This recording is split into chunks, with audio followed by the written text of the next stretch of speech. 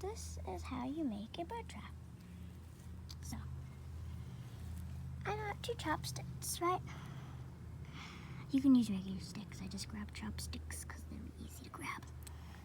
So you get 2, and you get a medium-sized piece of string and tie it to a top of one and a bottom of one. And, oh wait, you need a basket with holes in it. Or get a basket and make a hole in it. So you see that I have the string, I tied on the bottom of that and popped up in this, and then I have lots and lots of seed. Like, look.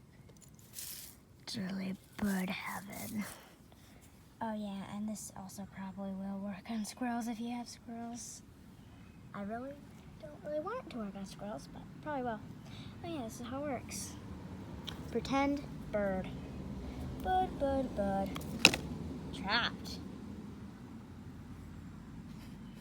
Now I'm just gonna put this here. Stay up, please.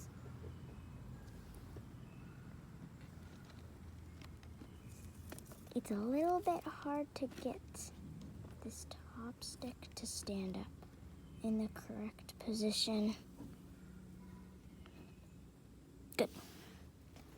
So the bird comes in.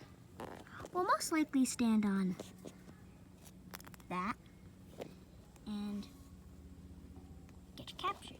Oh yeah, the seeds I used were just like a bird seed pack mix and a few bread crumbs from a bagel. That were on a plate, yeah. That's what to get a bird. So it just captures them in the basket. Yeah. And the birds that I'm trying to maybe catch is mourning doves. There's lots of sparrows, chickadees, and there's other birds here that live here too. Oh yeah, that's how you do it. And you can like kind of put this end.